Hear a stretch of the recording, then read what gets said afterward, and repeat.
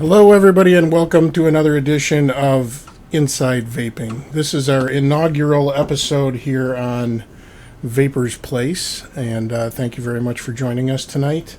And I think we've got everything sorted out. We're back with phones after many months of not having phones, so we're very excited about that. That gives us another way to interact with the viewers. So glad to be back here on Vapers Place after a long absence. Ed and I were on Kevin's show, and apparently we were fired by the Vape team. Well, Ed wasn't fired, but Dane and I were fired, I guess. I thought they dissolved, but apparently we've been fired from every place we've been. So yeah, we're the rejects. You take it where you're going to get it, I guess. But we're very glad to be back. Again, Inside Vaping airs bi-weekly every other Tuesday night, starting at 10 p.m. EST. Jerry is back with us this week. He was not here for the last show. No. He had a little why emergency. Was that? Oh, teen issues. But our new home is vaporsplace.com. So please update your bookmarks if you still use bookmarks. Or vplivenetwork.com. Do you use bookmarks on your browser, Ed? Because I always use autocomplete. I know the places I'm going, I start typing it in. For the most part, I use both. What I love about Chrome, though, is I got it synced to my iPhone, and anytime I log into, like on my work computer, I've got Chrome on there too, and all my bookmarks all flow over. I like it. So is chat working for everybody? Is video working via the embedded link on the VP Live Network page? Just wanted to make sure it's working because I did have a little bit of trouble embedding the code. Not sure whether it's going to scale for people on mobile devices or not. And phones should be working. We believe they're working. Ed Wolf was kind enough to help us test that out, and we are going to be joined shortly by Evan McMahon from Hoosier Vapers to talk a little bit about the stuff going on in Indiana, and it's bad news too. I'll say that. But first, we've got to get through vape mail and recap. So, Jerry, what did you get as far as vape mail this week? Not anything too exciting. I got this RPE kit for... Hold on a second. I'm getting hold music from Ed. Well, the problem is I'm only hearing hold music through this. That was good stuff, Ed. Yeah, I know. That's like being on the Oscars. But we shouldn't be getting hold music, right? I don't know. Maybe not. Still no sound. Still no sound. They are live on their YouTube, but still no sound here. Wait a minute. Half the video and half the chat. You might want to pop it out.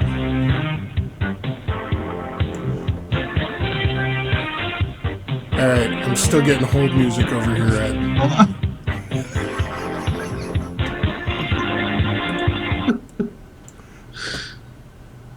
That's his playlist. That's if not phones aren't working, we'll just resort to the Skype number. Because I can do that. And then we can figure it out from there. Yeah, and Dr. Abate is right. If you take chat and pop it out, you can get it alongside the window. Or you can just look at chat on the VP Live Network page and pull up the YouTube link for the live stream event and do it that way. Okay, Jeannie, I know you're there. Where did Jeannie go? Shit. It's Jeannie. So naturally, there are shits involved. But it's not broadcasting to Blog Talk. I think that's because... Why are we hearing hold music from them? I think maybe if I go live... Nope. That's not live, that's headphones. Alright. Did you call in as the... No, I just called in. Oh, that's why. You gotta call in from that number that popped up. You big dummy. Okay. Alright, never mind. Wait. I'm gonna call in. I see it there. Okay? I'm gonna fix it. How are we we're going to having do all this? these issues. Let's do this. We'll Let's go back not to this sink screen in. here. Doggone it, man. All right. Let's try this. And let me do new call. I don't know. Should I put your screen up and you could just entertain people? I'm over here. All right. Now our screen readers are messed up, so I really got to swap screens. All right. Let's do this. Call phones. There was my junk There too. we go. Oh, man. Don't kick the plug out of your PC. Or your head. This is scintillating. This is scintillating radio or broadcasting. Add to group call. Well, that's not what I wanted to happen. Oh, good. Put that back up there. Welcome to Blog Talk Radio. Woohoo! Please enter your host pin. When finished, press the pound key. Pound it. Oh, yeah. Yeah. Everybody knows. And, Oh, I fat fingered it. bad fingered. There's no. The pin you entered does not match the pin you have on file. Costello says no wonder Vape Team fired him. Jeannie's calling you a dipshit. What do you mean any audio yet? Through, Mickey, are you talking about on VP Live or are you talking about through the phone lines? The pin you entered does not match the pin you have on Damn file it. in your account. Please All re-enter right. your pin. Hold on. Hold on. Oh no. We gotta fix everything.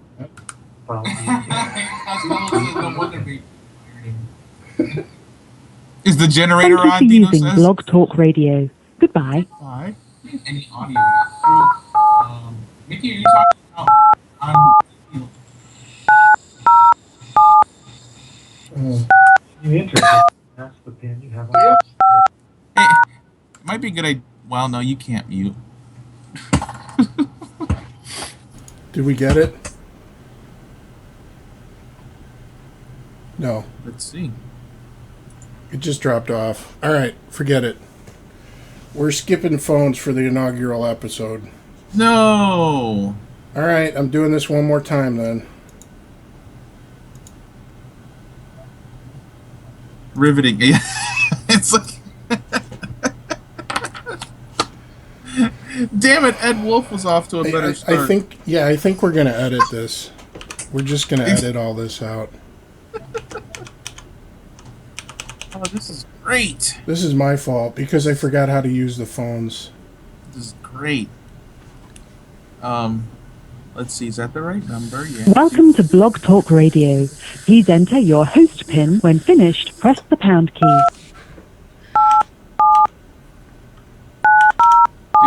Do you think you guys are? Yeah, well, you know.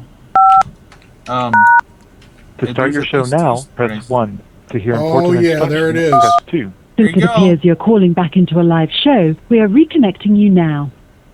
Thanks. Thanks, British lady. Your show will go live in 5 seconds. 4, 3, 2, Oh, no. 1. Live. Blog There we Talk go. Radio. Now I can hear it in my ear. All right. You might as well just put Jeannie through because I'm sure she wants to call us dipshits or something. Jeannie, can you hear me? Why is Dino in here? Oh wait, I got it muted. This doesn't have enough tech content for him. Jeannie, can you hear me? Cool. All right, I'm gonna put Jeannie through. Here we go. All right. Who is this Hello, lovely Jeannie. lady that is now joining us on Skype? It's actually working. You mean once I pushed the buttons I was supposed to push, it worked? You mean the phone number Incredible. you were supposed to dial? I just called in like a normal listener. Welcome to Inside Vaping. This show is See, this shit works. It yeah, does. It works And it's- fantastic. and good thing we all said that this is James's show. Oh, man. I only called Our to tell technical you producer, that I am creator, very happy director. that you boys are here. That's Oh, well, all. thank you, Jeannie. We appreciate it. We All love right, you. now that your technological issues are taken care of, I'm going to hang up. All right. Bye. Thanks, Jeannie. All right. I was going to say And let's bring the there she vape goes. wheel back, but, I mean, heck, we can't even get the phones up. How are we supposed to do the vape wheel? That Oh, would wait. be a problem. What? We get another caller? Eventually we'll So, get Ed, you through had a it. surprise birthday party, huh? Yeah, it's Kevin. He's firing us. Well, it's been scheming. great being here, everyone. We Yeah, appreciate it was the good, opportunity. but I'll be right back. All right. Let's proceed then. Let's get through this stuff here. Jerry, you got the Anakin iSub tank. You were telling us about that. Yeah, they sent me this little RBA head that Okay. this little kit that you can get all this Japanese cotton and get a little coiling tool and basically you just have the ability to throw a rebuildable head into any of the iSub tanks. So I think things like $8. They sent me a couple of them. It works pretty good. Not the most exciting vape mail, but it's something. Yeah.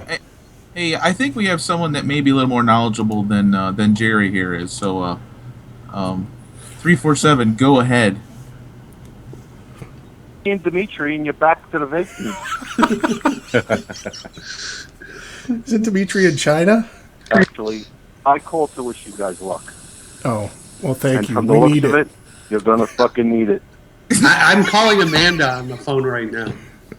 Hey, I'm getting ready for my jellyfish, Dino. I was Oh practicing. yeah. Oh boy. All right, guys. Have All a right, good thanks. show. All right, thanks. Bye. All right. Ed has vape mail. Vaporesso C-cell coils. Why don't you tell us a little bit about those? Are they everything that everybody says they are? Yes. These are flavor chasers, man. The flavor that comes off of those, off of these C cells, is great. I am using the 0.9 ohm Canthal. I've had them in now for. I actually keep a little note on this, believe it or not. The 24th, so a week. Been in there for a week. Flavor's still good, Yeah. but now I think I want to clean it. I know on their site or somewhere it says that they're self-cleaning. Mine didn't come with a little cleaning lady, so I don't know how that's going to work. There's no instruction. I mean, it says right on there, self-cleaning, but it doesn't tell you how it self-cleans. OxyClean, man. OxyClean, it gets them Yeah. tied. But yeah, I Scrubbing think bubbles. I got a little tiny round brush that I use to clean out straws. I'm gonna see if I can clean it and see what happens. But yeah, the C's, they're good. I mean, they are. I don't want to go to anything else. I will say this: out of the 5-pack, one of them, the threads were too small. Yeah, the top threads, they were cut too small, so they actually wouldn't tighten down. Now, what's the compatibility on that, too?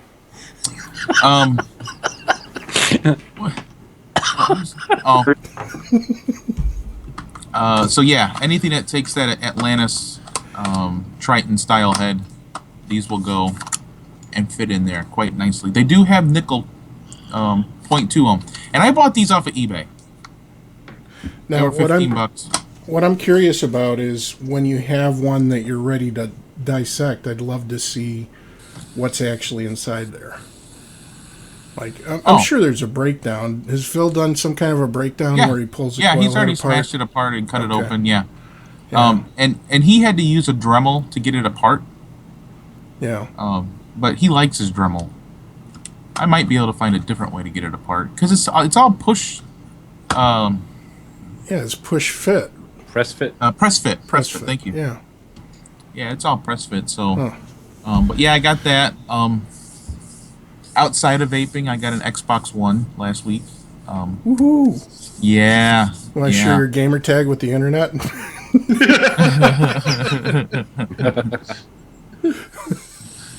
It's What Uncle says- Dagger. Oh, damn! Why would you do that? Because I know that's not your real gamer tag. It actually Steven is. Dorflover at gmail.com. That's been revealed now. My gamer tag is Uncle Dagger. Oh, it is? Yeah. Oh, I thought it was that Thanks. other one. Thanks for that. You're welcome. Friend among the Warcraft. Yeah, Ed had a surprise birthday party too. Yeah, well, my real birthday was the 21st, last week. And we had a little small get-together with family and nothing real big. I really didn't care. But Saturday, they got me good. I didn't have a clue that there was a bunch of people waiting there for me to celebrate my birthday. And I believe we have a few photos of that. do. Yes, there's my lovely wife bringing the cake in. She was phenomenal. She just did a great job of putting all this together. I literally walked in the room and I was just had my hands up like I can't believe it. I was drinking heavily. Yeah, apparently. I see that Yeah. pose. Yeah, that was The Betty Grable. yeah. Hey. This is a really cool place too. My best friend and his wife live in. They have a condo, and that's in their clubhouse. In their clubhouse, they got a couple. For those of you who may or may not know, that's Crazy Eyes. Jeannie knows him. I recognized him. Now the whole internet knows who he is. Oh, yeah. You're welcome for your stuff. There was an incident with cake. There was a cake incident. Here's the funny part. Later on the way home, I was not feeling well. And all I could smell frosting. was like sour vomit. Oh, It was, I'm like, it wasn't doing me any good. Is that new e-liquid? I woke up, yeah, right? Sour vomit. I have it right here. It's called, this is the bottle from the Windy City still. It's called Cheesecake. But the next morning, because I fell asleep on the couch sitting up because I could not lay down, I wake up and I still smell it. And I'm like, did I puke on myself? No. It was whipped cream frosting. Whipped cream frosting needs That to be curdled? refrigerated or it gets sour. Yep. It was all over this. All over this. But it was great. Sunday, slight hangover, not too bad. I woke up and had made some eggs with extra butter. So that nice coating in the tummy. And yeah. sounds like a nice weekend. It was great. It was really good. I got some vape mail from Ed. Ed sent me this it's a mini super tank, and I'm quite enjoying it thus far. I love the fact that it's easy to refill, and it seems to work pretty good. I got the stock head in there and no problems with it. And then I also got this, which is an obscene wrist rest. I have no idea why, but my brother-in-law got me this wrist rest, but it's very comfortable. So that was. So you got a bag of dicks from your brother-in-law? Something like that. Hey, we have someone else that would like to talk. I didn't screen it yet. I'm just going to put them through. Okay. Area code 317. You are on the air. Hey Hello. guys, this is Evan. Hey, Evan. Evan. All right, so we've got Evan McMahon on the phone. Evan is from Hoosier Vapers, and we want to talk a little bit. We're going to get right into it because we got Wait, Evan on the line. Did we finish all our intros? Pretty much. It's good enough. We lost Okay, part of and- the show due to the phone, so... Okay. Yeah, we're having technical difficulties, go figure. But Evan, thank you for joining us tonight. I did kind of want to go over the bill. So there was a call to action that Hoosier Vapers put out a while back. This was for HB 1386, and HB 1386 as written will allow a single security company to control all e-liquid in Indiana. Last year, HB 1432 created an unworkable regulatory framework for e-liquid manufacturing and sales in Indiana. So far, not a single e-liquid company in the county country has been able to get or even apply for a manufacturing permit. So, Evan, you can kind of tell us a little bit about this bill, but the main issue here was that it was creating a monopoly for a single company. Isn't that right? Yeah, that's absolutely 100% spot on accurate. And Evan had actually sent us a link to another article that just came out today, and I'm going to go ahead and pull this up, and we'll have a link to the article in the show description because it's a very interesting article that relates to the state of the vape industry in Indiana. One of the big things that I noted from this article, though, Evan, was that the amendment, or HB 1386, was actually authored by a woman who didn't realize that it was going to create a monopoly. Is that correct? She didn't create the bill. She drafted or she didn't draft it, but she introduced an amendment in a Senate committee, being told by some people that we're getting ready to mention that this fixed everything for everybody, and she listened to them, and it turns out that was actually going to solidify the monopoly for this one security company. And it was February 17th in the Senate Public Policy Committee. Her name is Senator Becker. Immediately after she introduced it and they started taking public testimony on it, she was like, my God, that is not what I intended. I absolutely see that now. They had already voted on the amendment, unfortunately, and she said, I wish I could retract this, pull my amendment back, but we're going to address this again. That was the first hearing, and she was very upset by basically being told that this was going to fix everything for everybody, when in reality it actually just did an in-run around and made sure that one company was the only one that could comply. The next hearing, the very next Wednesday, there were a couple of amendments that were drafted, and from what we heard, the majority of the committee was in favor of them. They changed the effective date and changed some of the language of the definitions for security firms. And the chairman said, that was Senator Ron Alting, said he absolutely would not hear those amendments, that they were not going to be introduced in his committee. So a couple of the senators spoke out and said that they thought that the date needed to be changed, and those were the senators that spoke on the floor yesterday.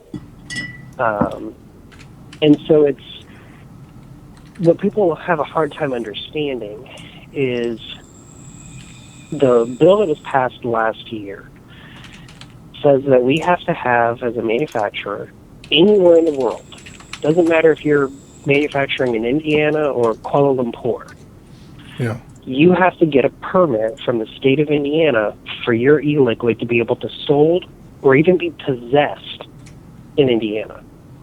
Wow. Now, to get that, you have to have a 5-year security contract with a qualified security firm. To be qualified, there's all of these little stipulations that have absolutely nothing to do with providing security. Nothing at all. 2 of them are the most asinine.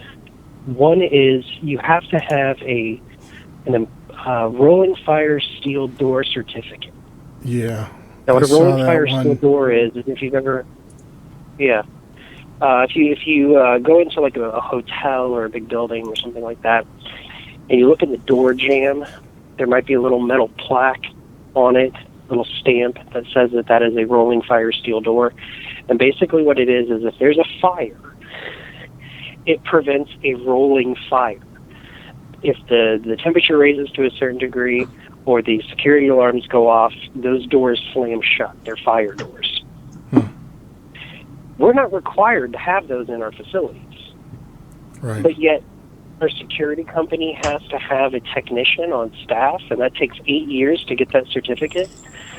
On top of, and this is where they messed up in the law, that same employee has to be certified as a door technician by the International Door and Hardware Institute. He has to be a door That's a architect. Yeah.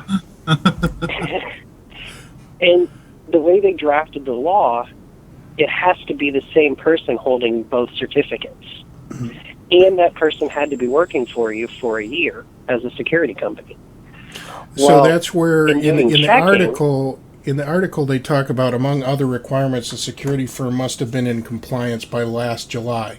So is this where unmeetable requirements come into play? Because, you know, I've got a friend that owns an e-liquid manufacturing company, and he's actually thought about expanding, and he's talking to a third-party security company to do security and monitoring for this new facility, and they're assuring him that they can be compliant with the law by that July 1st timeline. But I'm not sure if he's aware of this verbiage in here that talks about. Yeah, I can promise you that if I mean, I hate to say this, but your buddy's buddy doesn't know what he's talking about. And here's how you can realize that. The biggest security companies in the country, Siemens, Stanley, Vivint, Vanguard, ADT, Corson and Fire and Security, none of those companies do this. Yeah. Because you can't subcontract. Now, your buddy probably thinks, oh, well, I can just hire a subcontractor, because that's what all these companies do. They subcontract the things that they don't have.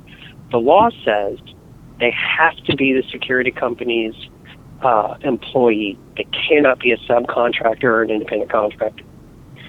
So it's impossible. Yeah. Well, during there's a federal lawsuit, and during that process, it was brought to light and brought to the ATC's attention that there's actually nobody in the country who has, there's no individual person anywhere in the country who has both permits. Okay. Or both Evan, certificates. I'm looking at something here in that article, and it says, and this is a quote from the article, State Senator Vanetta Becker, Republican, Evansville, earlier this month succeeded in getting language added to a bill she believed expanded the qualifications to become a security firm, but she said she now realizes only one firm could satisfy the new rules.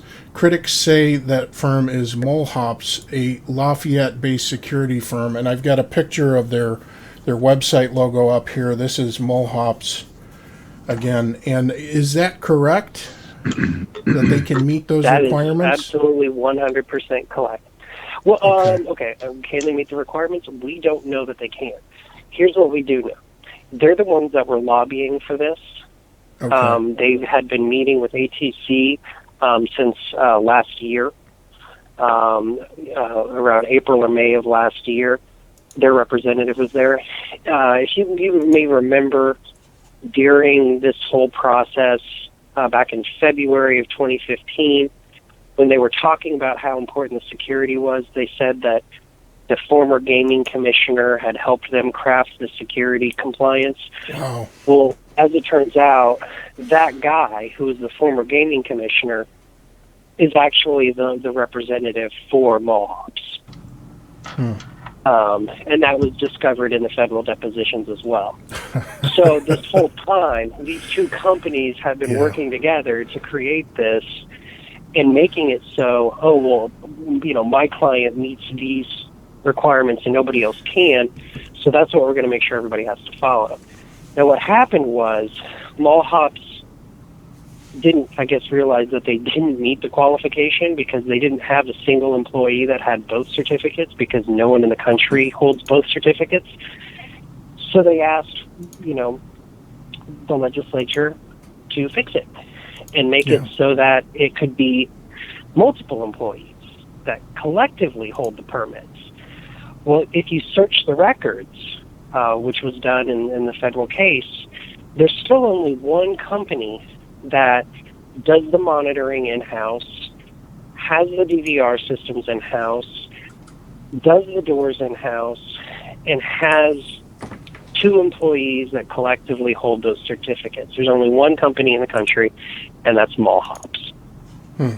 And it just so happens that Senator Ron Alting, who was the chairman of that committee, who was the guy who stood up and said all of those untrue, hateful things about small businesses yesterday, happens to be from Lafayette, which is where Mall Hops is from. Yeah, and you know, the article goes on to talk about Republican lawmakers are divided on how to act on the issue. An attempt to extend the deadline for e-liquid manufacturers to get certified was defeated Monday in the Indiana Senate. And, of course, that was when the amendment by Becker was defeated as well. And we've actually got another infographic here. Now, this is something, and Chris is in chat. He's a local store owner in Northwest Indiana, Vape All Day. And I know he and I were at least encouraged by this, but both of our area representatives here, so Frank Mervin and Niemeyer, they both voted for the amendment to change the date. And, of course, it went the other way. So, obviously, we're not going to see a change. Yeah, we ended up being 7 votes shy, and the unfortunate thing was we had at least 7 legislators that prior to that were telling us that, you know, they were supportive, that they were going to be voting for our amendment, and then didn't. And, you know, some of them are running for office, and I'm going to put it out there right now. We're trolling through their campaign finance data right now, and some of the things that we're finding are shocking. How much that they've received over the past 2 years from the other side is shocking. Yeah.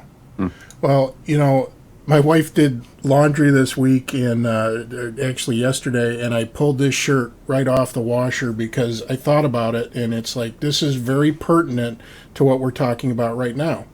Remember these names, you know, people that are from Indiana, remember these names on this list, and don't vote these people back into office. I know we're not single-issue voters. I get that. There's plenty of important issues that influence who you vote for.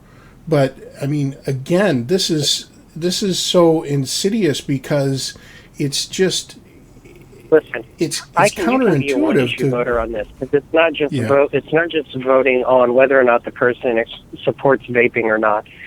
The question is, did this person betray Hoosier values and betray their oath of office by voting for a monopoly at the expense of 200 small businesses, their employees, and the families they support? I don't care if you're a Democrat, Socialist, Green Party member, Libertarian, Republican, or an independent. We all can get behind the fact that destroying people's lives to benefit 2 companies with deep pockets is criminal. And they do not belong in office anymore. And there's a quote here from Senator Phil Boots. Not a one-issue voter. There's a quote here from Senator Phil Boots. If you're the person who comes up with a better product and a better idea past June 30th, you can't apply. Free enterprise says let people come into this business who want to come into this business. And, of course, you have Yoder weighing in. He's saying we have to limit it in some way at some point. And Yoder, of course, being the sponsor for 1432.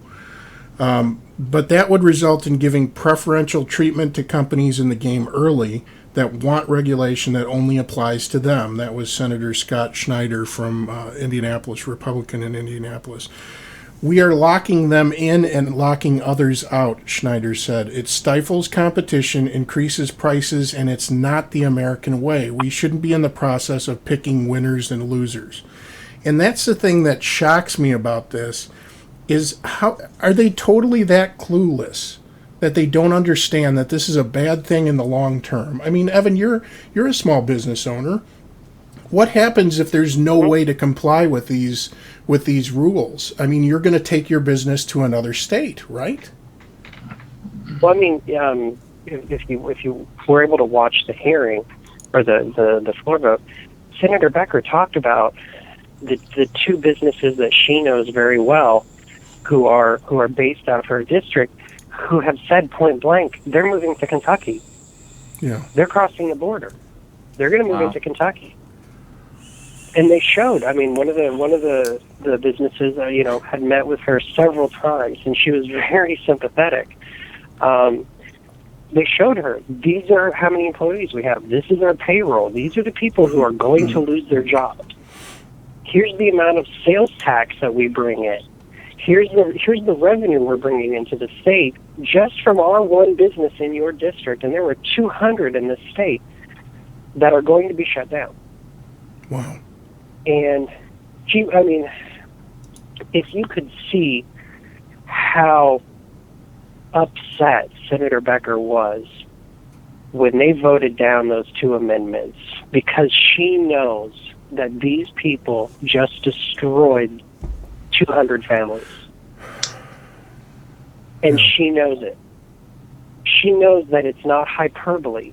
She can look at it, and she had talked to the Attorney General, she had talked to the ATC, she had done her due diligence, she looked into the laws, and she said, look, we didn't have, Senator Alting stood up and said, these guys had 16 months to comply, they just don't want to comply, that's why they're suing the state.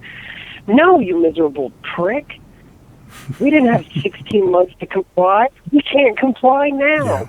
Even if Mall Hops decides they're going to do business and not bend us over the barrel, which their contracts they're sending out show that they're wanting to just become a partner of the company, basically, without putting any equity in. Even if that goes in, it's not going to be in effect until at least March 15th. Well, you have to have your application in by April 30th, or you're screwed. So you have from March 15th of this year until April 30th of this year. Now, that's your qualifying window. Yeah. 16 months is my hat. You're out of your mind. It's 45 days. Now, let me ask you this question. That guys can sit there and say, and they know they can't be challenged because we're the ones that have that information, and we're locked out of the room. They don't bring this stuff up until they're on the floor, and there's nothing you can do about it. That Indie Business Journal article had they talked about a company that had already applied, and they said that a Vapor had actually already applied, and they were applying with another security firm listed, which was this Richmond Alarm Company. Right. So is that basically a throwaway then in your estimation, or do you think that will actually get through? It's probably not going to get through. Their application will probably be returned as incomplete because they're not going to have the documentation they need to prove their security company is compliant. Here's the other thing about that. Many people have seen this in many Facebook groups, and many businesses have been contacted. I've been shared the information, screenshots of the conversations. The company has made public statements on Facebook and at trade shows that they already have their permit from Indiana, but they've had it for well over a month now. And we tried to tell people, look, listen, nobody's been even been able to apply. Legitimately apply. I mean, you can send in your application, which they were the first to do it, but it's also it's not going to be rejected, it's going to be returned as incomplete. So, it's unfortunate that there are people out there that will kind of prey off of people's fears. Right. And, instead of doing this, it would have been better if people had decided, hey, I'm just going to try to fight this and try to get it changed as opposed to pulling a stunt. Right. So let me get this straight then, because I had somebody else, I was talking to him about the Indiana legislation and what's going on here, and I mentioned that my understanding is if 2 years down the road you decide to start an e-liquid company and operate in the state of Indiana, you can't apply for a permit at that point? After June 30th of this, the statute from last year specifically says the commission shall accept initial applications and issue permits until June 30th of 2016. What that means is, if you do not have your permit issued by ATC by June 30th of this year, you can never do business in Indiana. Wow. Ever. Wow. And that's where Your product can't even be possessed in Indiana. So if you go to Ohio or the Soviet states of Chicago and buy some zero nic e-liquid from Cook County and pay $28 in tax on it, if you get caught bringing it into Indiana, it's a $150 fine. I mean, is that even enforceable? Are they gonna educate all the police officers across the state of Indiana that if they pull somebody over for a traffic stop and they see a bottle of, Mr. Good Vape on their dash, that garners a fine? I mean, Do I think that they're going to have a massive training program or set up, e-liquid checkpoints on the interstate? No. yeah. Is it going to happen? Yeah.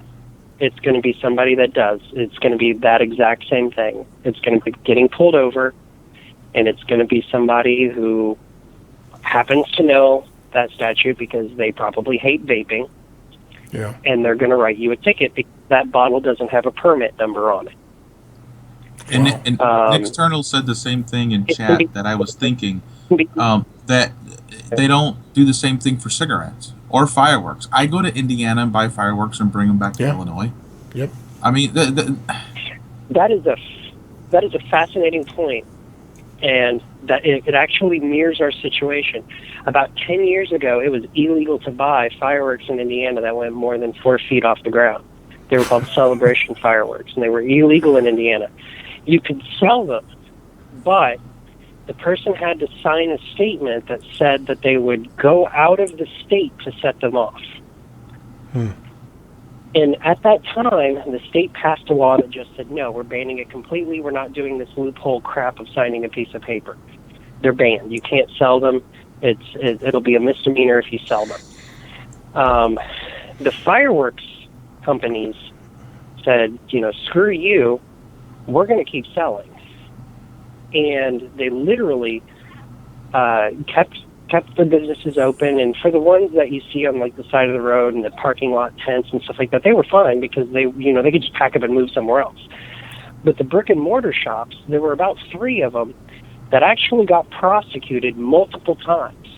And when I say multiple times, the reason why it was multiple times was because for each instance, they kept getting acquitted. Wow. Because the jury said, this is an asinine, stupid law. We're not going to let you continue prosecuting this person for selling fireworks on the 4th of July. You're out of your mind. And so what happened was this fire marshal had a law on the books that was unenforceable. So they went to the legislature and they went to kind of industry leaders and they said, all right, craft a law that you agree to abide by and that we'll enforce, and you'll help us police it when somebody is a bad player. And the law that we have now is a registration program for fireworks importers. That's it. There isn't even a fee to file that application. And all you do is check off security stuff. That's it. That's all it is. So it's actually similar in a way to the same thing that we're going through and may end up happening in Indiana. So do we have any recourse at this point, Evan? I mean, what are the next steps here after this revelation from Monday's vote? So what we have right now is there's still a couple of days left in the legislature, and we're hoping that enough of the other legislators wake up and say, hey, you know what? We need to put this language in another bill. That time is ticking away very quickly.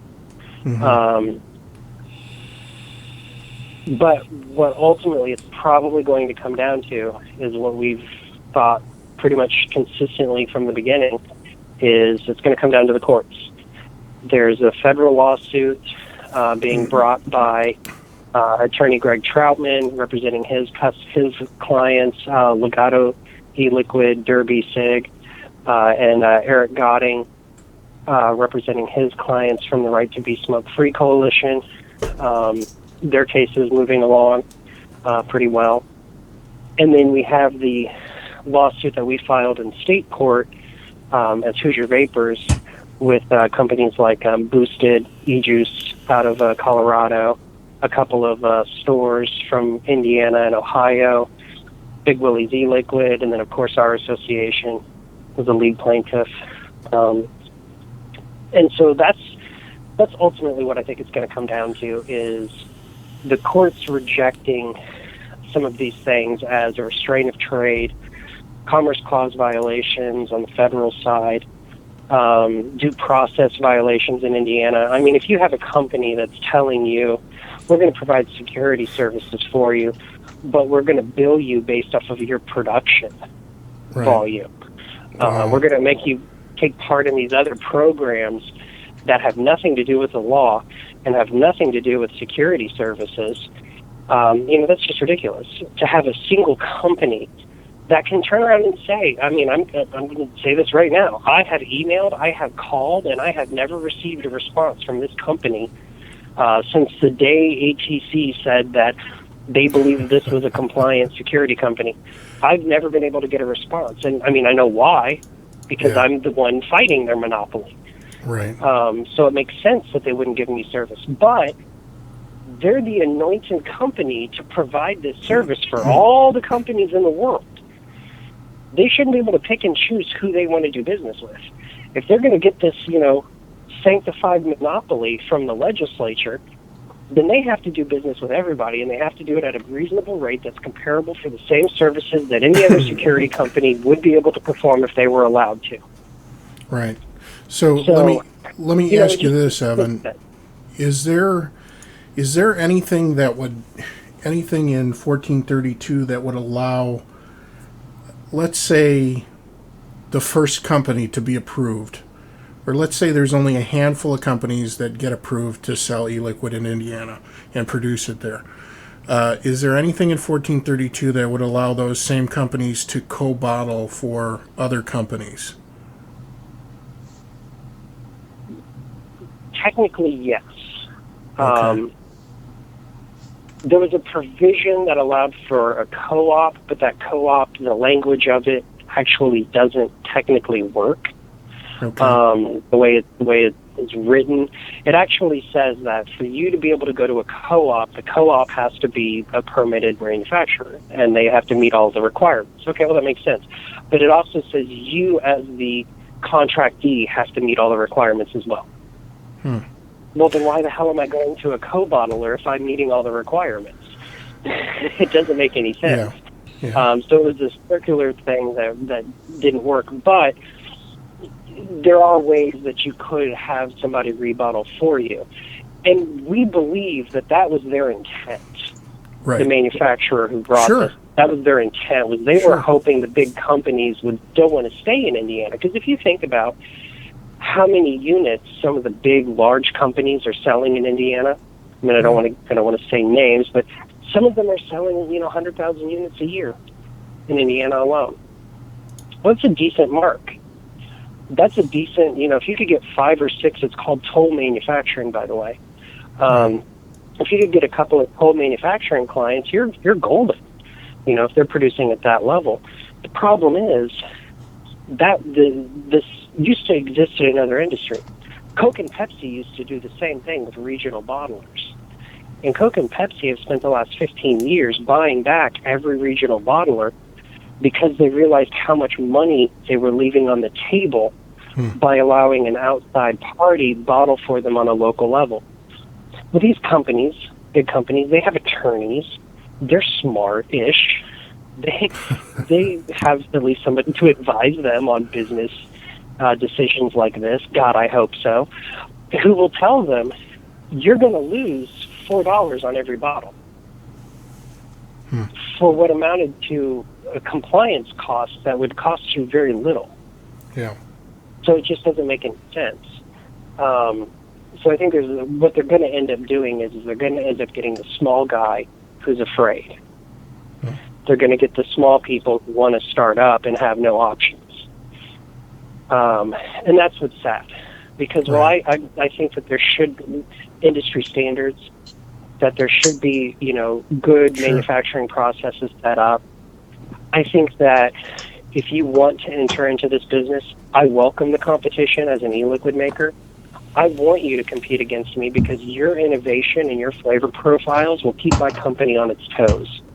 Right. As long as you're doing it safe, as long as you're doing a good quality product, and you're not making it in the garage of your house next to your oil changing pan, as long as you're doing it in a safe, sterile environment, and you know what you're doing, I welcome you to this business. Yeah. I want you here. But they don't think that way. They want to own every inch of the market. And that thinking is going to kill this market because there will not be innovation. There will not be competition. And if you don't have choice as a consumer, there's a reason why the other methods for kicking certain habits haven't worked and don't work. It's because there's no option. There's no choice. And if my choices are shitty e-liquid A with blueberry or shitty e-liquid B with butterscotch, well, screw you. I'm not going to have shitty e-liquid.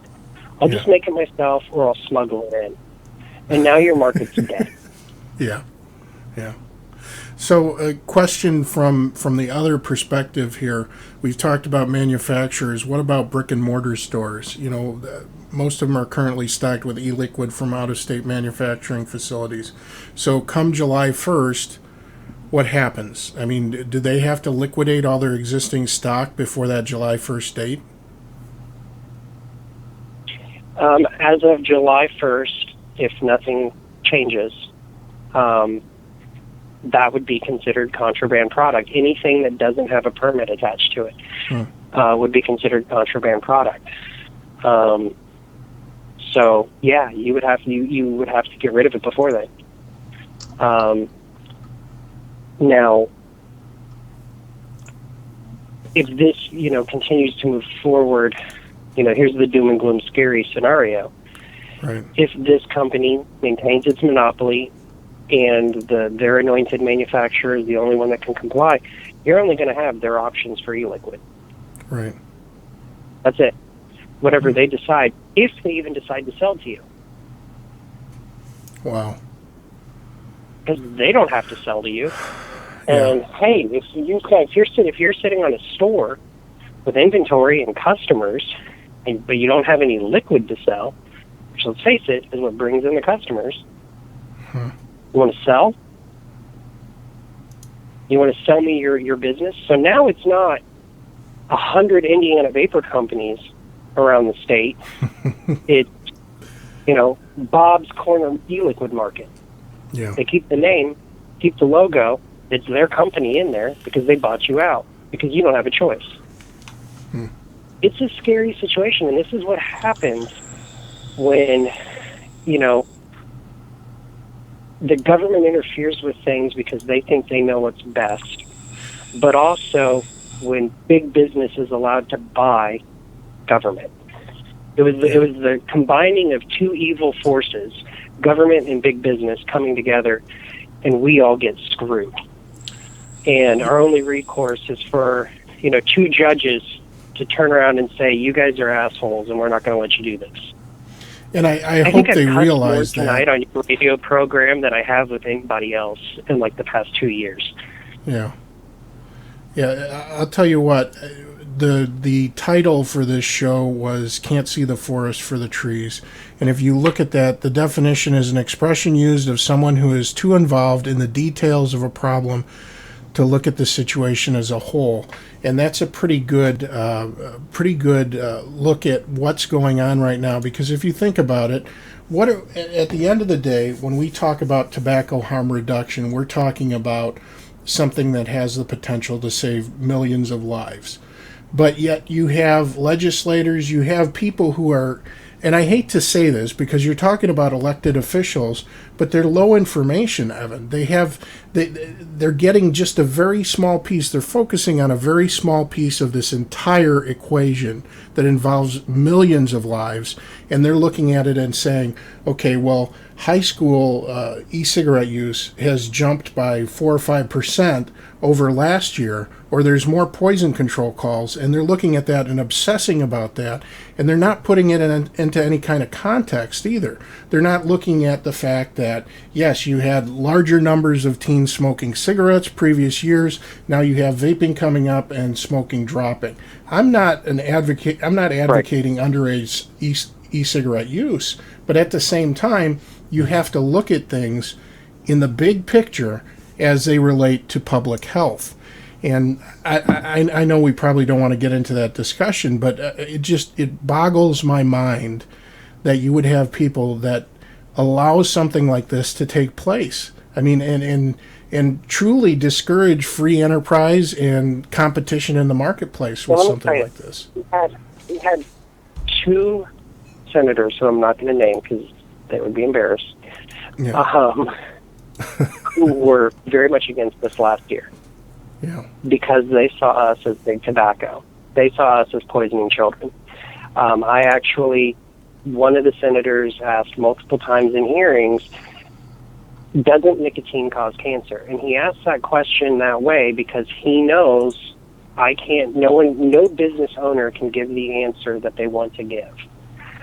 The answer you legally have to give in that situation, and that I'm going to give now, and I'm not going to give the answer I would like to give. Right. But the answer I am required to give is there is no evidence linking nicotine to cancer. As a business owner, that is the most that I can say. Yep. Yeah. There is no evidence linking cancer to nicotine use. Okay, that's not what he wanted to hear. Right. But he liked the fact that we didn't say what we want to say. Right. Then he turns around and says, maybe we should just ban this product completely in the state until we know that it's not harmful. And this is what this guy said last year. He said, you are just an arm of big tobacco trying to hook the next generation onto nicotine. I've memorized that because it kills me, because when I see somebody, I was out with my mother at a Sprint store, and was talking to one of the guys, and he was vaping, and he was excited because he actually found out that I was the maker of one of his favorite juices, which was really cool for me. I thought it was nifty. And we were talking, and his coworker said he had been interested in starting to vape. He, liked the smell. He was very interested in it. And I said, hey, cool, man. I can run out to the car and get you a starter kit. Let me ask you, what did you smoke and how much a day? Because I'm going to figure out even more menthol, regular tobacco, and what strength. And he says, oh, I've never smoked. What the hell are you doing? Don't do this. And that was my response to him. Yeah. And the guy with me was like, what are you talking about? And I was like, man, I don't want your money. Right. I don't want you touching this. If you never smoked, why would you put something else into your lungs that you don't need? Yeah. That doesn't make any sense to me. I'm an idiot. Some people may disagree with me on that, but I'm not in this business. I actually want you to vape zero nicotine because it actually costs less for me as a manufacturer, and I make more money the less nicotine you use. So please step down. Yeah. So it was really offensive to me to hear that. Now, the reason why I went through that whole thing was because these two senators who kept banging that drum over and over and over again, wanted to ban vaping in public, wanted to add huge vice taxes, sin taxes, talked about banning vaping completely. He would ban sales in the state of Indiana, visited vape shops in their district. Those owners reached out and invited them to come and say, hey, listen, we want you to see who our customers are. We want you to see where we manufacture. We want you to see how we operate. And they did. And they went, begrudgingly went, wanting to hate them, wanting to see, the piles of money from Big Tobacco in the back and the children, around the corner, mainline and nicotine or something. I don't know what they thought they were going to see, but they walked in and they found a clean, friendly, well-lit place, prices marked, people educating them on how to use the device, getting their story, and had a safe environment that was sanitary and clean that they were manufacturing in. Yeah. From what I had heard from that one visit, there wasn't anybody, their customers that day, there wasn't anybody under 30 years old that came in. One guy came up and was talking to the senator and gave him his story about how he was in his 50s. He'd smoked his entire life, had trouble breathing. You know, he didn't think he was going to be around much longer. Switched to vaping. A year later, he's got his life back. Yeah. And he's spending time with his grandkids and having a good time and, you know, doing things that he couldn't even think about doing before. That turned that senator around. Yeah. And he started talking positively about the industry. And he voted with us yesterday, as did one of the other senators. Which one was that? So, which senator? Well, I already said I was going to say that. Oh, okay. I'm I don't want sorry. him to get tagged. He voted with us. He did, I want people he to did. remember the good Not guys. real I'll hard. have to put that infographic back up. Yeah, you know what? To that point, too, Evan, I don't know. It was probably about a month ago, and actually the owner of the shop, Chris, is in chat right now. And I had one of those moments where I just had to think about the reasons why we keep doing this. And obviously, you know, you're a business owner, so you know, you're getting monetary gain out of this as well. But for me, you know, I'm a consumer. Not really. And so I walked into that shop, and it's Vape All Day in St. John, and I sat there and I talked with the guys in the shop for probably, I don't know, maybe an hour and a half. My buddy Dylan was there, and it did me good to see the number of probably what are regulars to Chris. They would come in and he'd see them and he'd be like, okay, I know what, Tom, I know what you want. And he'd go in the back, he'd get their juice, he'd get their order together. Do you need coil heads this time? Hand them over the counter.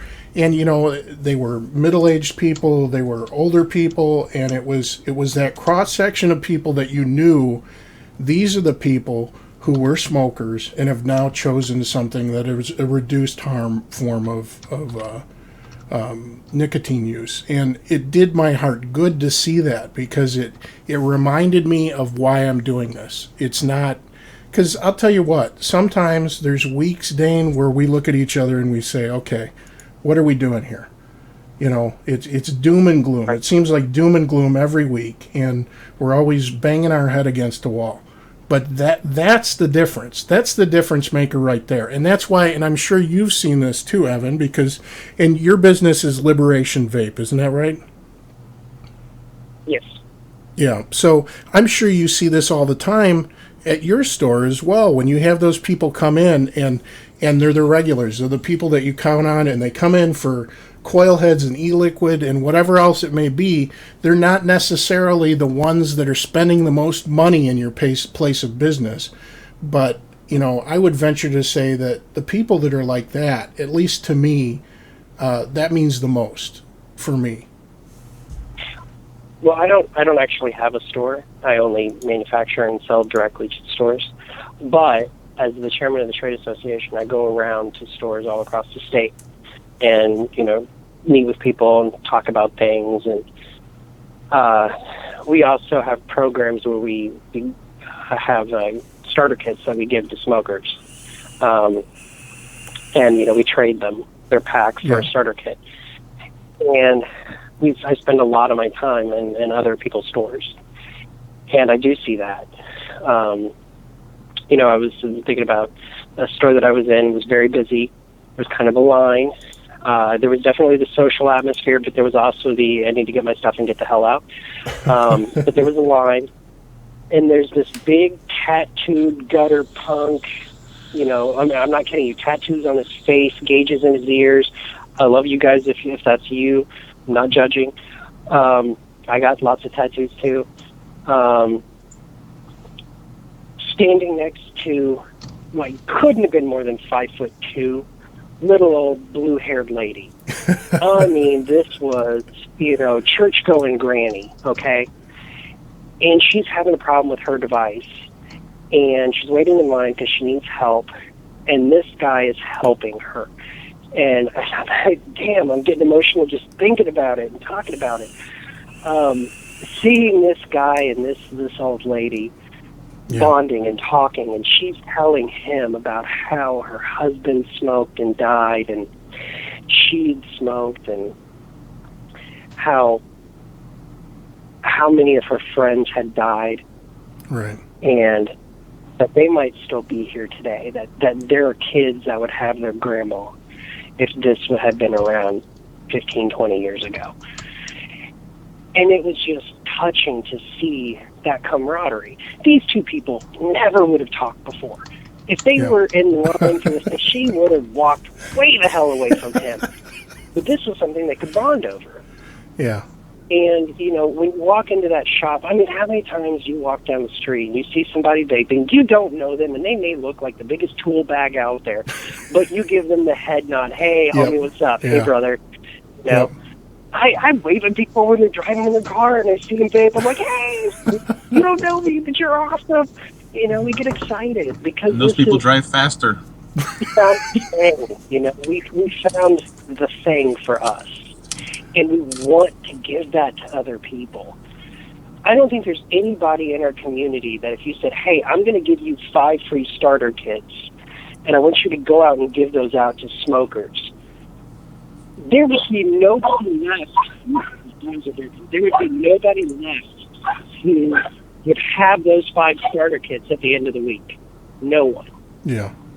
Because we want to go out there and we want to help people and we want to change their life. We are the Mormons of this industry. We want to go out and knock on doors. I'm going to give a shout out to a guy right now. There's a guy named Joe Sowers. He owns Hoosier Vapers, which is it's not Hoosier Vapers, but Hoosier Vapes. It's a store in Anderson. They've been around for years. That guy, when he first started in this industry, said, "This is an amazing product. I'm going to go around with the C3s. I'm going to knock on doors and sell kits door to door to people." And he did it. And that's how he built his business, was by going directly to people and saying, you're a smoker. That sucks. Here, try this. Yeah. And that worked. And that's what we do now. And that's what this state is killing. Innovation and commitment. That's what they're killing here.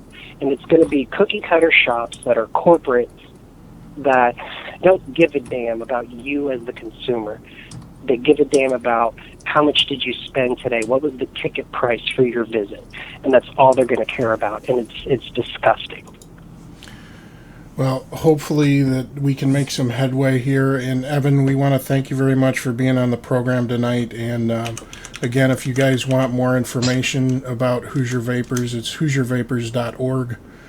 Go and check out the site. And I actually just found out, and I don't know how I overlooked this, but I had been giving donations at meets and then through the one-time donation thing, but you guys have a membership package as well. So if you're a Hoosier, it's a good group to support. And all contributions, all membership dues goes to help us pay for the lawsuit. Yeah.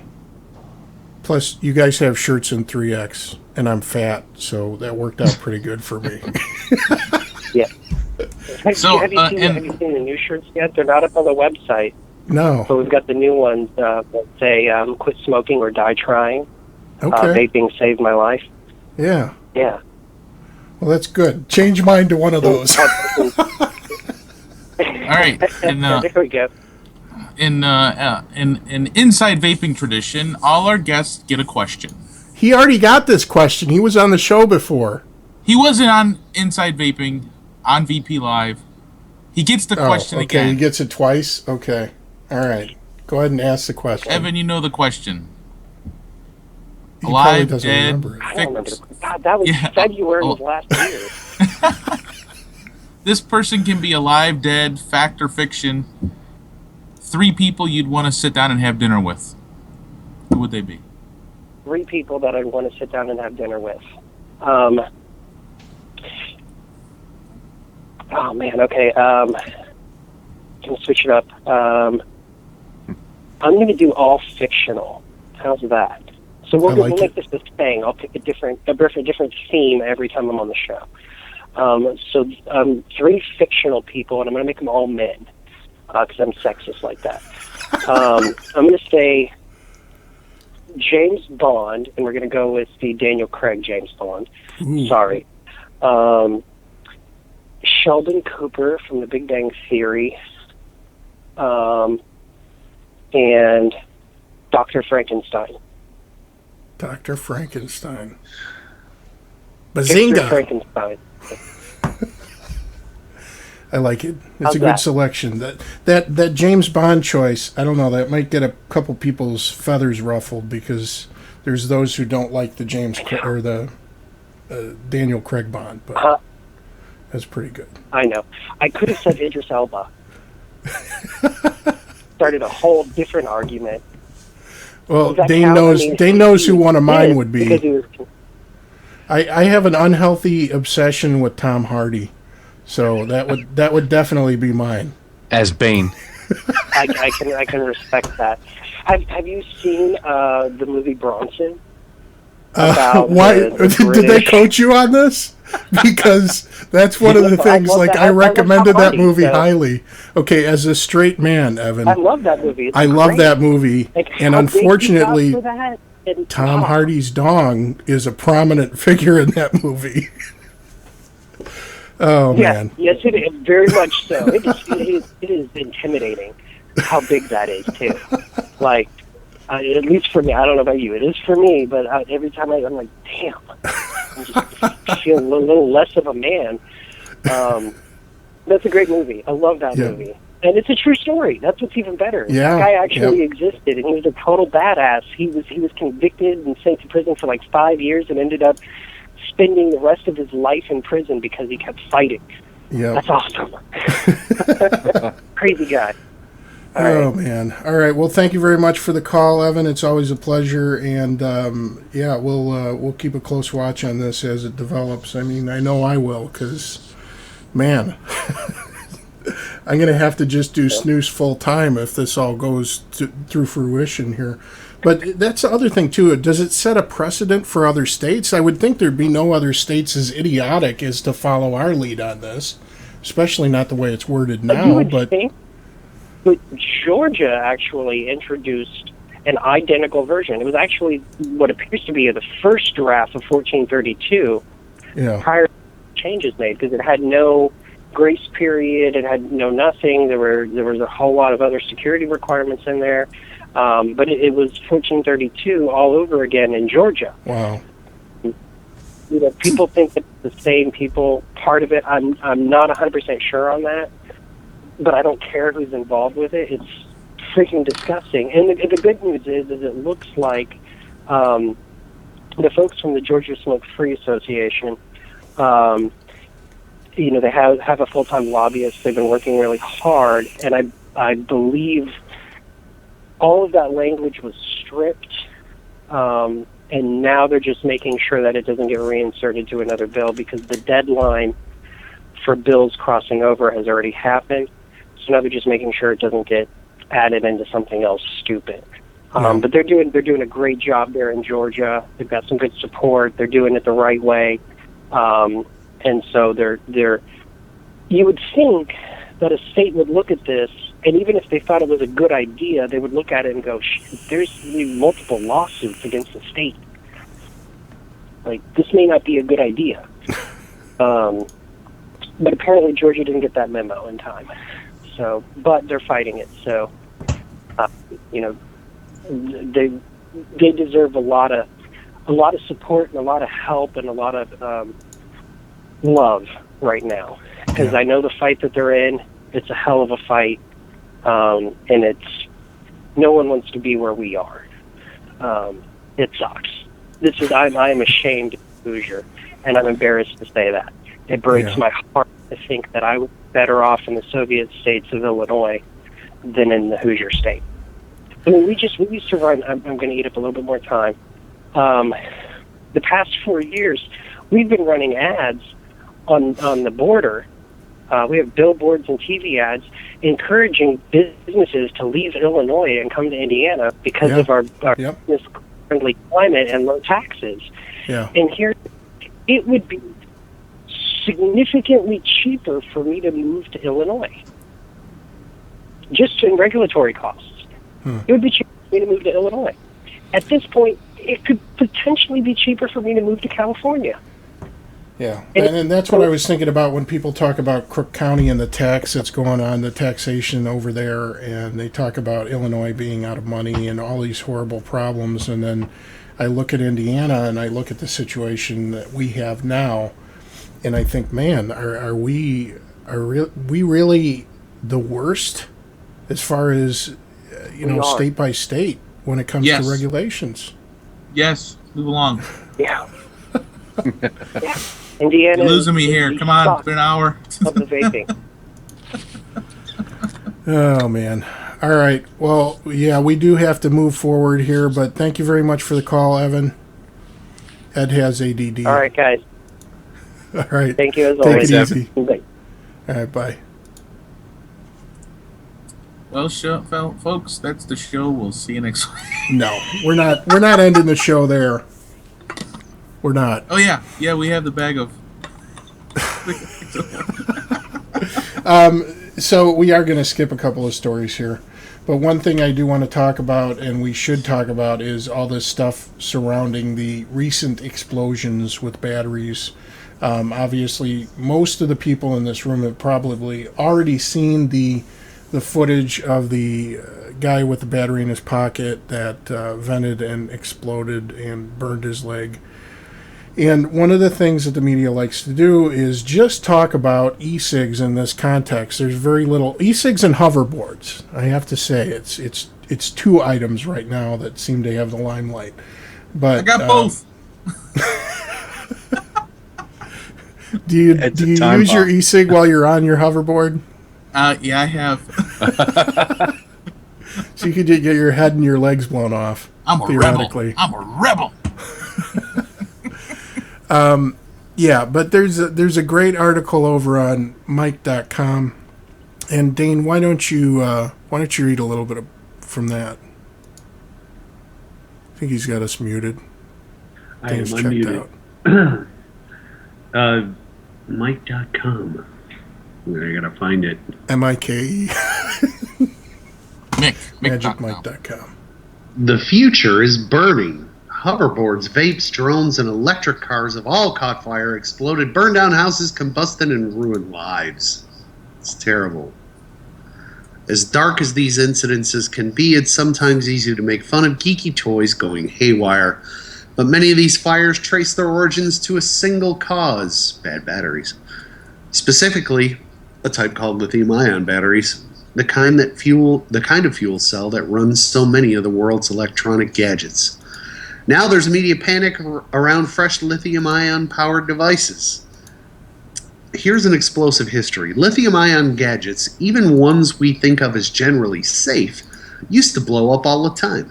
In the mid-2000s, when computers and devices were becoming smaller and slimmer, factory fires were common. After house fires and a few burn victims in 2006, Sony recalled 340,000 laptop batteries. A 2008 explosion at LG's battery factory threatened the entire global supply of lithium-ion batteries. Lithium fires are especially dangerous because they can't be put out with water. You must either smother them or let them burn out on their own. Lithium-ion fuel cells can catch fire for a number of reasons, almost all of which have to do with faulty manufacturing. Batteries that are poorly made might catch on fire because they overload while charging, or because debris was introduced during the manufacturing process. The battery industry is prone to corruption as well. Bad batteries often show up in the media with the disclaimer that they probably came from China, stereotyping, I'm sure they came from China. Asian manufacturing is reckless or low quality. I got a problem with that. But the problem isn't necessarily the location. That guy's a liar. It's China. Most major manufacturers, including Samsung and LG Chemical, make their batteries in China. Holy shit, go figure.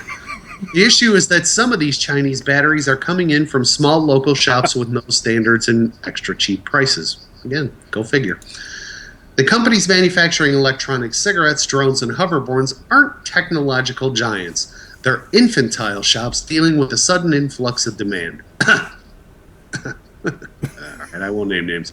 They're looking to make their gadgets cheaply and quickly, and without the R&D, investment capital, and decades of institutional experience, they're working with whatever they can get their hands on. There are smaller, less reputable suppliers more than willing to meet that demand. Looking on digital markets like Alibaba, that's an interesting analogy, you can buy lithium-ion batteries in bulk at an enormous markdown from what you might pay from an institutional manufacturer like LG or Toshiba. So if you go back... This is the most interesting thing that I found in this article too. They've got they did an interview with this guy from House of Batteries. House of Batteries owner Don West told Mike, when you make a lithium battery and you're winding the plates around each other, you can't get one particle of dust inside that battery. Many of the Chinese companies don't take that seriously. House of Batteries makes battery packs for hospitals and military equipment, and West flies to China frequently to inspect new factories. This is the most telling statement here. He's seen places where the dust billows in from open windows into the space where the cells are being made, and factories where they do UN testing in-house without an objective third-party auditor and actually certify themselves. Out of the 70 factories West has audited, House of Batteries works with only 5.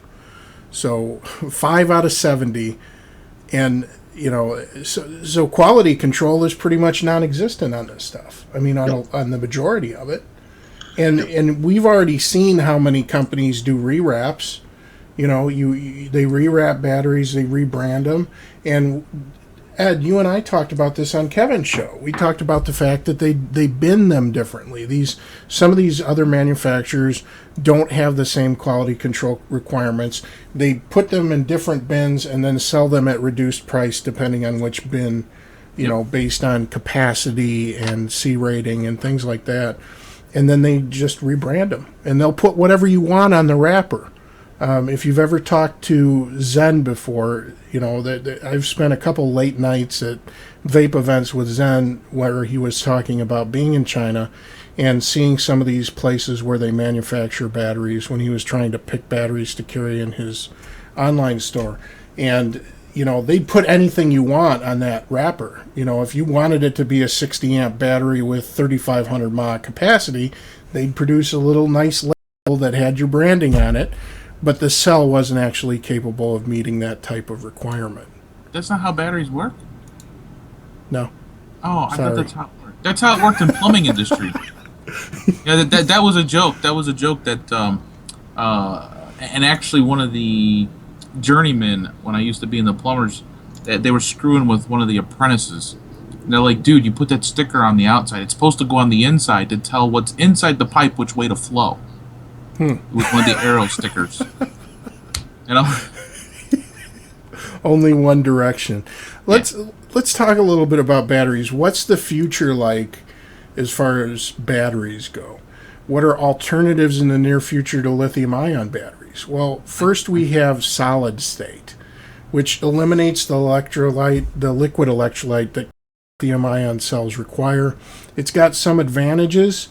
The main ones being size and flammability, so it's not as flammable. Solid-state cells are reportedly less flammable due to the liquid electrolyte being replaced by thin sheets of metal electrolytic material. And the main company that's doing those batteries is, at least one of the first ones here, is lithium, I think it's Finergy. Let me see. Do I have? I don't think. I have it's an Israeli company called Finergy. Yeah, Finergy.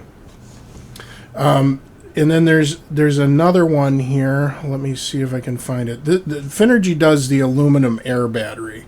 Now that one's a little bit different. That one, there's an electrode on an aluminum plate, and the other electrode is oxygen, and then oxygen and a water electrolyte. So basically the advantage of these is it could have 40 times the capacity of current lithium-ion batteries. The issue with these is that they're primary cells, so they're non-rechargeable. Now, there is one company that claims they've come up with a way to encapsulate the cell so it can be recharged, but a finished product is probably years away. So what's our current situation? We use lithium-ion batteries all the time. Well, there's some problems with them, obviously, and we're going to play a couple of videos here. Now, this first one here, if I can find the right window for it. Here we go. If this plays, maybe if I start it, it will play.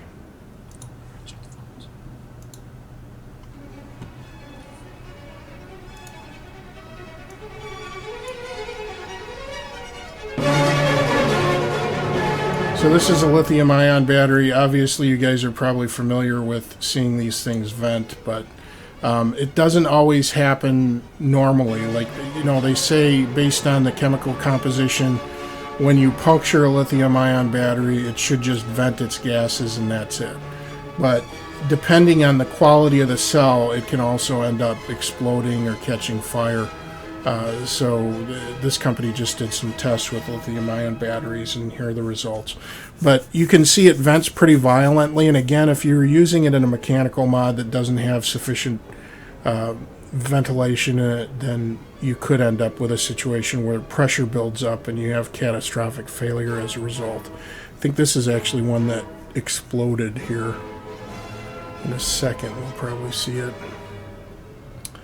But so there are alternatives on the horizon here. Unfortunately, they're not coming quick enough.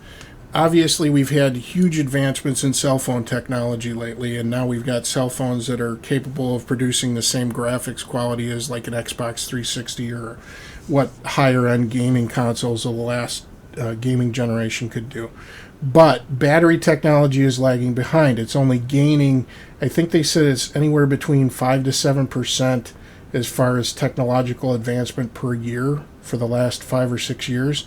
There's all these cool technologies available, but they're only available in laboratories. They're not ready for massive scale production.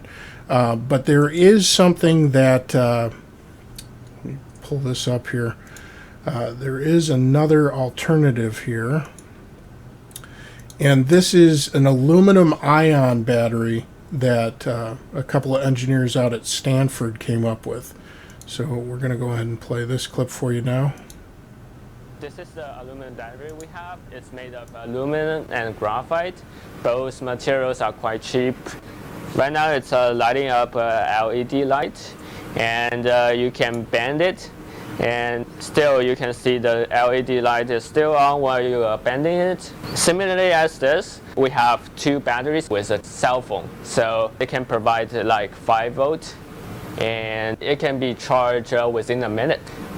It's possible to have like bendable cell phone with bendable screen. You have bendable batteries on the back, and it's great. This is a lithium-ion battery, which we use a lot in our daily lives. For example, in our cell phone and in our laptops. Commonly, lithium-ion battery, if you drill a hole through the battery, it will probably catch on fire.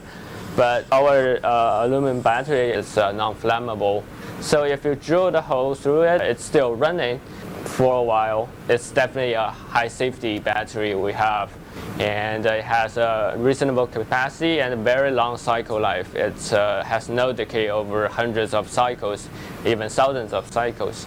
So you can have a potential application in grid scale electric storage. So it's quite exciting. I think it can be further improved, and this is a great start. We think that it has a bright future. So big advantage here is charge cycles. It can last an average of 7,500 charge cycles compared to 1,000 charge cycles for lithium ion, and then it's an extremely safe battery technology. So if you puncture it, it's not going to explode. So there's a lot of problems with the lithium and lithium ion batteries and the chemical reaction that happens when those outer wrappers are punctured or if there's a short. So these are probably the newest things on the market that could be coming to you soon. That being said, the biggest issue with the Stanford battery is that right now it's limited to 2 volts. So near term, it's not going to help us. Just stack them. Stack them? Stack Yeah, you stack 3 of them. That kid's going to be the head of 6 volts Innikin. Yeah, probably. He probably already is. He's a plant. But the charging is nice. 1 minute to full capacity. What's the capacity? They didn't say. It's probably like 20 mAh. Yeah. It's one You can drag buy an off LED. an easy. One drag. Yeah. Rodney could get a half hour of it because he vapes at 2 watts. 2 watts. Yeah. Yeah, so that's pretty much it as far as battery technologies. They just can't keep up with the type of demand that this is going to cause. So in a laboratory environment, they can come up with awesome batteries, all these different technologies that work great.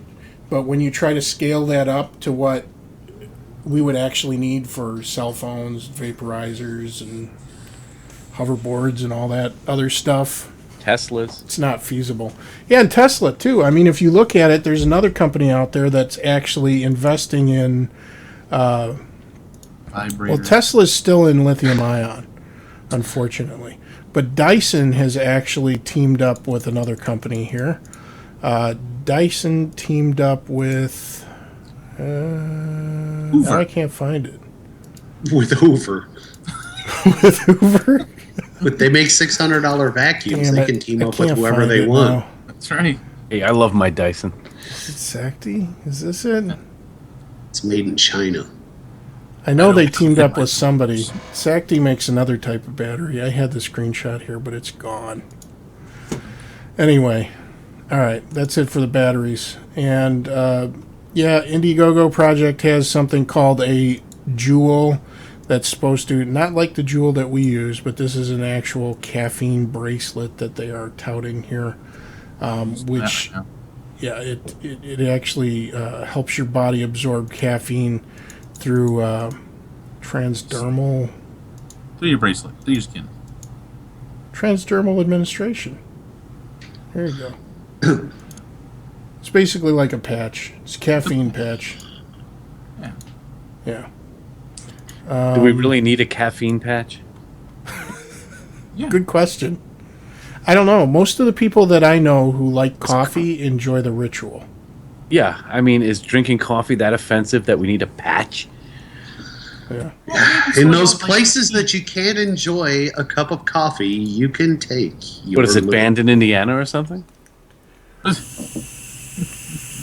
You know, Not yet, but it probably will be. they've got caffeine pills at CVS and Walgreens, and just It's true. you're done.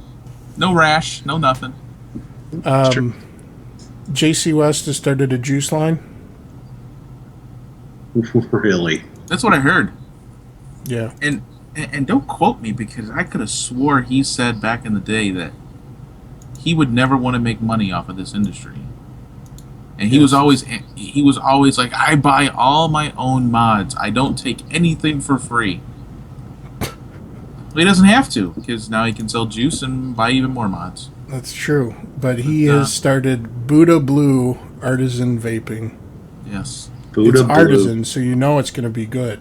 It is. Didn't he say it was competition e-liquid? I believe that's what was stated in the video. Like, I'm sure it is. Most of them are at this point. Yeah, I'm still looking for the definition of competition anything when it comes to vaping.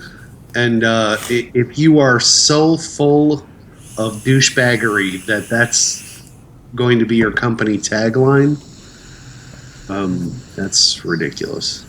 competition e-liquid.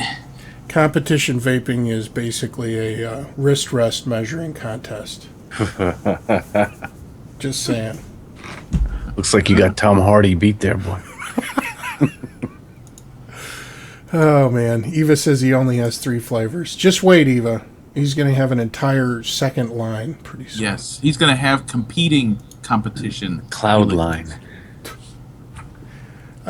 There's an article from Brad Rodu that we were going to cover, but we're like absolutely out of time. So We're just going to show one quote here. He's got a good point here. He's talking about these various medical studies that have come out showing how human cells are altered by vaping. But one thing that they don't really talk about is these human cells that are grown in a laboratory are incredibly prone to disease and prone to developing serious issues and dying very readily because they're not in a human host. They don't have any of the environmental variables that are necessary for them to survive. I mean, in human, we adapt. And Rodu talks about it a little bit here. He says, humans have many natural defenses. Oh, here, this is Bruce Ames. This is biologist Bruce Ames. He wrote this in 2000. Humans have many natural defenses that buffer against normal exposures to toxins. Examples of general defenses include the continuous shredding of cells exposed to toxins. The surface layers of the mouth, esophagus, stomach, intestine, colon, skin, and lungs are discarded every few days. DNA repairs enzymes, which repair DNA that was damaged from many different sources, and detoxification enzymes of the liver and other organs. This is the most interesting thing that Ames said, though, and I've got a quote here. And this has to do with all that testing, because I'm sure you remember the Harvard study, and there were a couple other tests that were done where they were using mice. They were exposing them to toxins. They were exposing them to concentrated e-liquid vapor. And this is what Bruce Ames had to say about that. Regulatory efforts to reduce low-level human exposures to synthetic chemicals because they are rodent carcinogens are expensive. They aim to eliminate minuscule concentrations that now can be measured with improved techniques. These efforts are distractions from the major task of improving public health through increasing scientific understanding about how to prevent cancer, e.g. what aspects of diet are important, increasing public understanding of how lifestyle influences health, and improving our ability to help individuals alter their lifestyles. So again, what he's trying to say is now they can measure these infinitesimal amounts of toxins, and now they're doing research on that with live cells and with rodents as the testing subjects, and they're missing the bigger picture. Again, harking back to what the title of the show was here tonight, they can't see the forest for the trees, so they're focusing on minutia, and they're not looking at the fact that this is potentially a benefit for public health as a whole. So that's it. I think that's all we got. Bag of Dicks Awards? Through everything else. Bag of Dicks Awards, that goes to the state of Indiana. That goes to the entire state of Indiana. Yeah. That you live in. Yeah. Except for a couple of us. Except for a couple. Not Evan. Ridiculous. This is for all those people who voted against the amended date. Yes. In the state of Indiana. That is a big and giant. And voted for the monopoly. Bag of wieners. You win the BOD for this week. New York court ruled that vaping is not smoking. Yay! They finally recognized that vaping is not smoking. That's good. So, Dane, any closing thoughts? No. Okay, yeah. Jerry? All right. No. Ed wants to get out of here, apparently. Just we want to have fun. Yeah. Well, before we can have fun, we have to talk about one other thing. That is the e-cigarette formaldehyde study. And that's a pretty big one. Because, of course, we've been hearing a lot that e-cigs are laden with formaldehyde. And now we have some proof that shows the opposite. So let me go ahead and pull this up here. And we're going to give you the high-level view on this. Basically, the questionable study that happened a while back, they were using CE4 top-wicking cartomizers at voltages far exceeding the manufacturer's specific recommendations, and they managed to produce formaldehyde releasing agents. So what we have here is the result of a study published in Regulatory Toxicology and Pharmacology, And this shows the CE4 versus a Kanger Pro Tank 1, an Innokin Gladius, an Aspire Nautilus, and a Kangertech Subtank. And I'm going to show you the CE4 results first. And this was originally published in Churn Mag in their daily drip section, and it's a pretty interesting article. But first, here's the CE4s. This is their formaldehyde production. Total aldehydes milligram per day. So you see their single top coil at 5.3 average watts produces 11 milligrams of aldehydes. Okay, so now let's look at the subtank. Subtank, let's look at average 25 watts, for example. 25 watts, and it produces 0.06. So there's a huge improvement. It's running at a higher wattage. And there's a huge improvement in the amount of formaldehyde that's produced, or the aldehydes that are produced. So vaping is getting safer. That is the good news here. And the takeaway is that that CE4 top wick and claramizer really sucked.